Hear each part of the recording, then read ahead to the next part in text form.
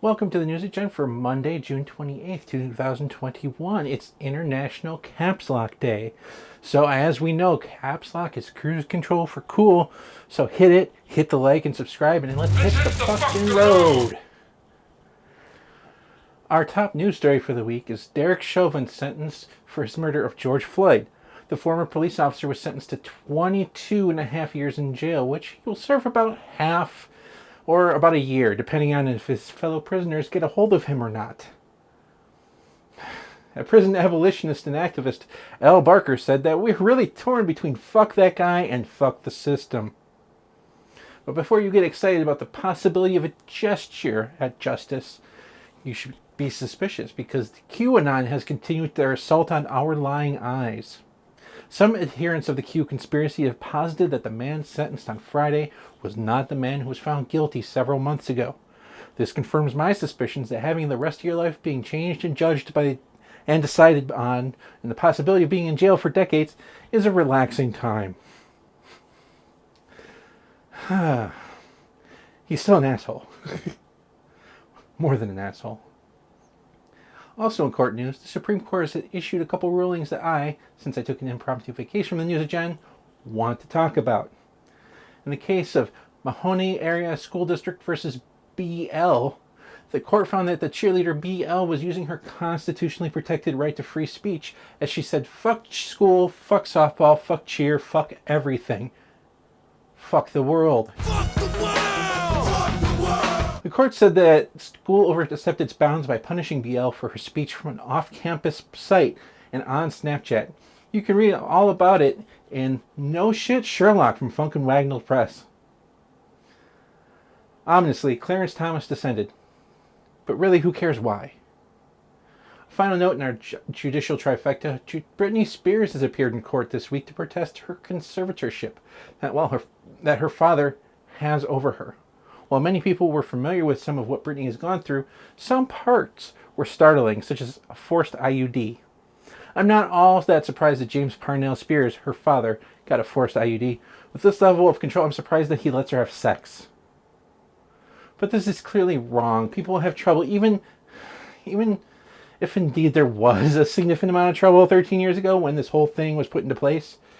It's been a while. It appears that Mr. Spears is overcompensating by trying to get another chance at fatherhood because 18 years wasn't right enough the first time.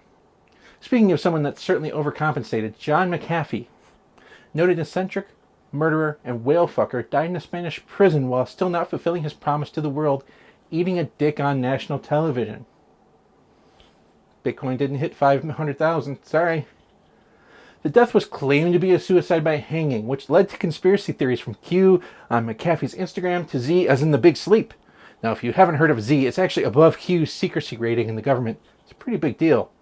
Now, don't tell anyone, but I have a AAA security clearance, which mostly comes with roadside assistance. There was word that senators could come to a bill on a $1.2 trillion infrastructure bill, but this was not without controversy. As you see here in this photo, aides were caught delivering pizza and drinks this month to senators working out the details. Credit to Stephanie Reynolds from the New York Times for this photo, which catches a key detail. Let's see if you can spot it. That's it. Cleveland Browns propaganda. This led to disaster as both Senator Pat Toomey, a Republican, and Senator Bob Casey, a Democrat, both decided to work together against the football rivals of their precious Pittsburgh Steelers. People say that this foible will destroy any hopes for an infrastructure deal for the rest of the session. In shark news, a temporary no-swimming order was issued in Provincetown, Massachusetts, as a great white was spotted nearby. Several swimmers decided that the shark was not a real risk, with some people even doubting the existence of sharks. I have not seen a shark ever in my years of swimming. They don't exist, said Chicago resident Dakota Metzger.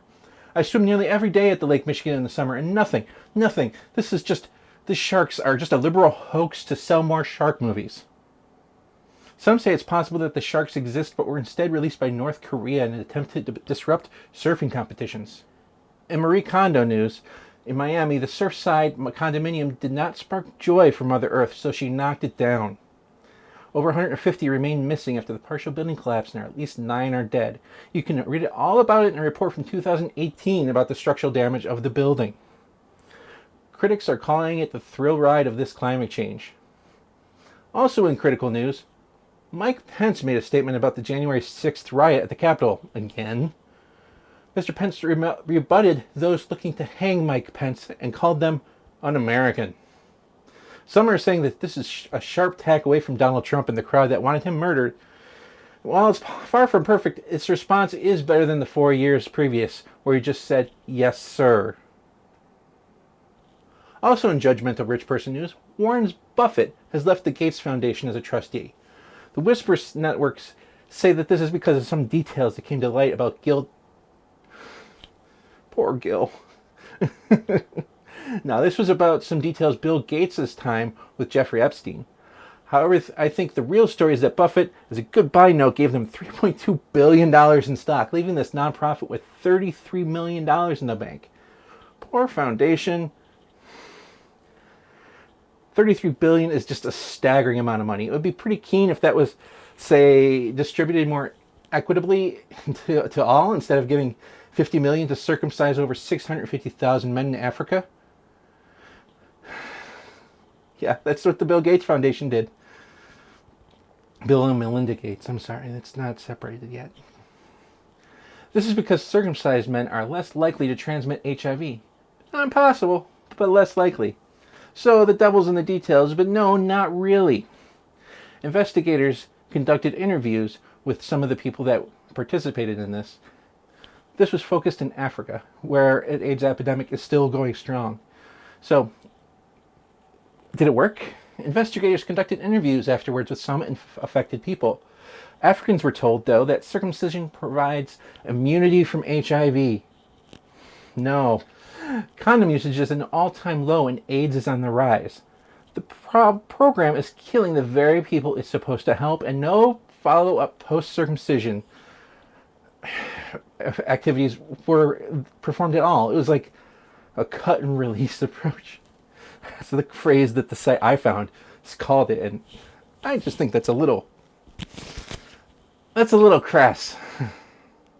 It's caused a lot of resentment and outrage among Africans. So good job, Bill. So this basic experiment on if this will help reduce HIV infections, and it hasn't. So, I mean, this is just another example of rich people experimenting on poor and disadvantaged populations. Not a good look, Bill. Not a good look. I'm not even going to riff on what he did with all those foreskins. I mean, he did pay nearly $80 each for them.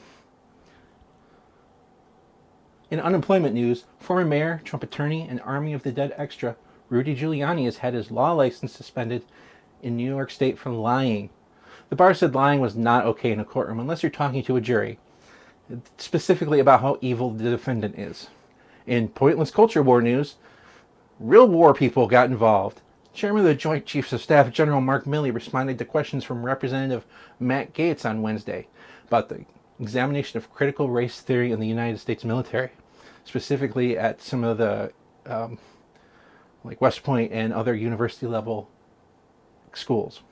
The general said he wanted to understand white rage, even though he's white, a statement future indicted Florida man Matt Gaetz couldn't understand, and he was left shaking his head. During a visit to the border prompted by GOP criticism, Vice President Kamala Harris said immigration cannot be reduced to a political issue.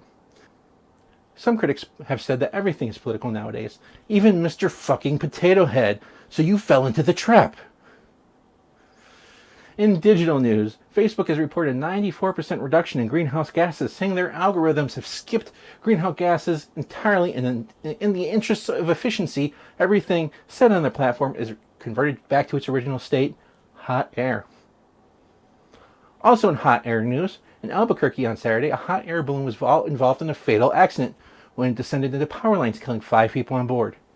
Local skydiver Katie Cambridge said that's why she jumps from planes from 20,000 feet. In Let's Get Fucking news, an Indian man died with what some are calling the world's largest family. He was part of a Christian sect that allowed polygamy for men, and when he died, he left behind 39 wives and 98 children. I wonder what kept him from hitting 100 kids. Well, I mean, not hitting him, but you get it. You get it. So that's the news agenda for Monday, June 28th. Please remember to like and subscribe if you joined yourself, or if you didn't, just click them. Click them now. Later this week, I'll be moving my setup to another room in my house, so I hope that'll stabilize some of the quality issues I've been having lately, as those are often part of the process from having to break it up and set it up and break down every time I do a show, and learning all this new equipment. So, along with all those, I appreciate your patience. If you want, why don't you go to queercoded.com too and see what we're doing over there. There's a lot of funny stuff. And so I just want to thank you again. Please remember, I love you. This is the